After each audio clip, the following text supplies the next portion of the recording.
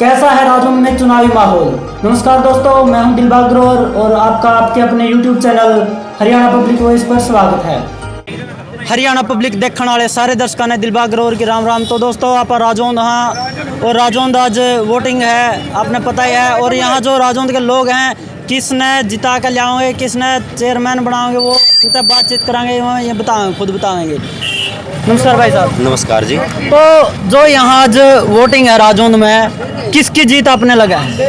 यहाँ राजौंद में एक तरफा माहौल चल रहा है मानी फौजी का, मानी फौजी रिपाल फौजी का एक तरफा माहौल चल रहा है। 36 बिरादरी ने उसको समर्थन दे दिया और 36 बिरादरी के साझे उम्मीदवार हैं और आर्मी में रिटायर्ड आर्मी सूबेदार रहे हुए हैं, तो उन्होंने देश सेवा भी किया और वो अपने गांव की भी सेवा करना चाहते हैं। ईमानदार और मजबूत और कर्मठ उम्मीदवार हैं और भावी चेयरमैन है, जनता के चाहते हैं। राजौंद की जनता उनको काफ़ी पसंद करती है और उन्हीं की तरफ रुझान आ रहे हैं राजौंद की जनता के।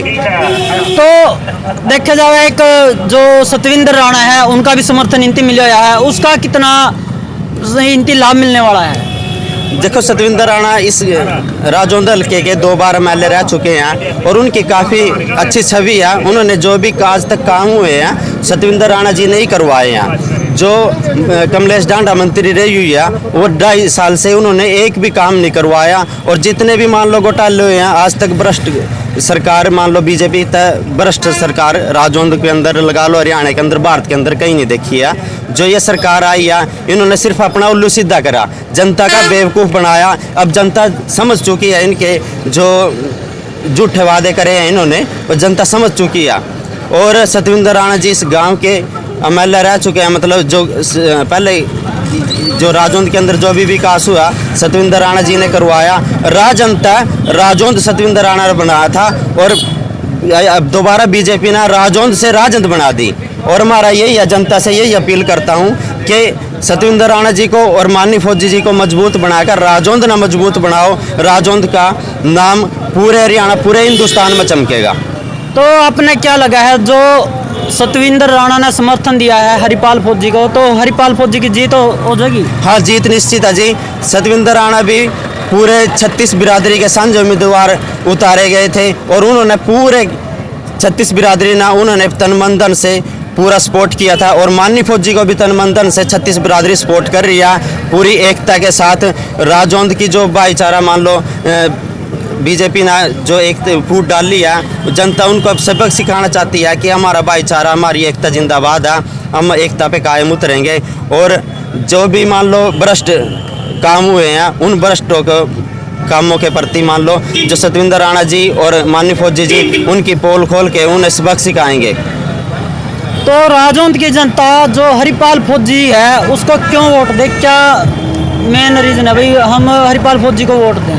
देखो, जो भी मान लो जो पहले चेयरमैन रह चुकी हैं, जो आज तक मान लो कोई भी विकास नहीं हुआ, कोई स्ट्रीट लाइट नहीं लगी है, कहीं 6 करोड़ रुपया महिला कॉलेज का आया हुआ है, उसका अभी तक कुछ भी कहीं ज़मीन मिली है क्या, कुछ नहीं हुआ, अब तक उसका कोई अता पता नहीं है। और मंत्री जी कह रही है कि राजौंद में कॉलेज ही बनवाएंगे, कॉलेज ही बनाएंगे।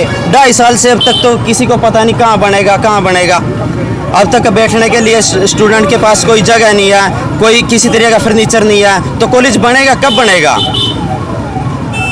तो अगर हरिपाल फौजी जीत दर्ज कर जाते हैं तो क्या क्या विकास कार्य उनके द्वारा राजौंद में करवाए जाएंगे? देखो, हरिपाल फौजी जी पहले समाज सेवक रह चुके हैं, एक प्रयास संस्था के सदस्य हैं, वो संस्था चलाते हैं जिसमें गरीबों के हर काम करवाते हैं, जैसे गरीब की बेटी का शादी करवाना, कन्यादान दिलवाना और जो ज़रूरतमंद परिवार है उनकी हर संभव मदद करना और जो गरीब बेसहारा लोग हैं उनको हर तरह की मदद मुहैया करवाते हैं प्रयास संस्था के तहत। और वो आर्मी में भी रह चुके हैं, उन्होंने देश सेवा भी की है और वो ईमानदार आदमी है, साफ छवि के आदमी है। वो अब भी देश सेवा करके साथ साथ राजौंद के नगर के विकास करना चाहते हैं, देश की समाज की सेवा करना चाहते हैं वो लोग।